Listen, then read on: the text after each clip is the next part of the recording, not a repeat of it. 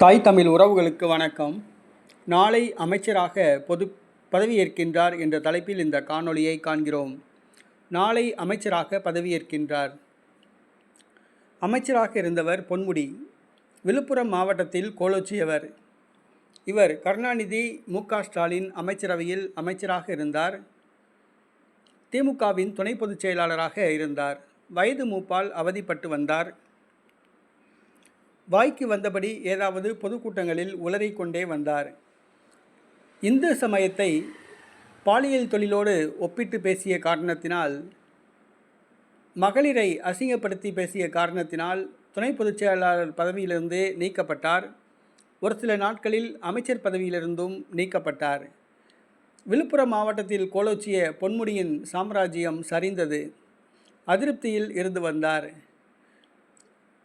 மற்ற அமைச்சர்களோ சட்டமன்ற உறுப்பினர்களோ பொன்முடியை கலந்து கொள்ளவில்லை. பொன்முடியை கண்டுகொள்ளவும் இல்லை.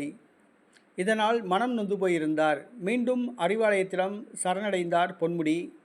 தான் இனிமேல் ஒழுங்காக பேசுவேன், அவதூறாக பேச மாட்டேன் என்று வாக்குறுதி கொடுத்தார்.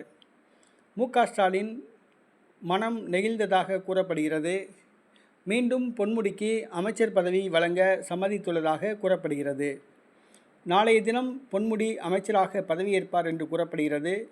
அது சம்பந்தப்பட்ட அறிவிப்பு நாளை காலை வெளியாகும் என்று எதிர்பார்க்கப்படுகிறது. மீண்டும் அமைச்சராக பொறுப்பேற்கின்றார் பொன்முடி.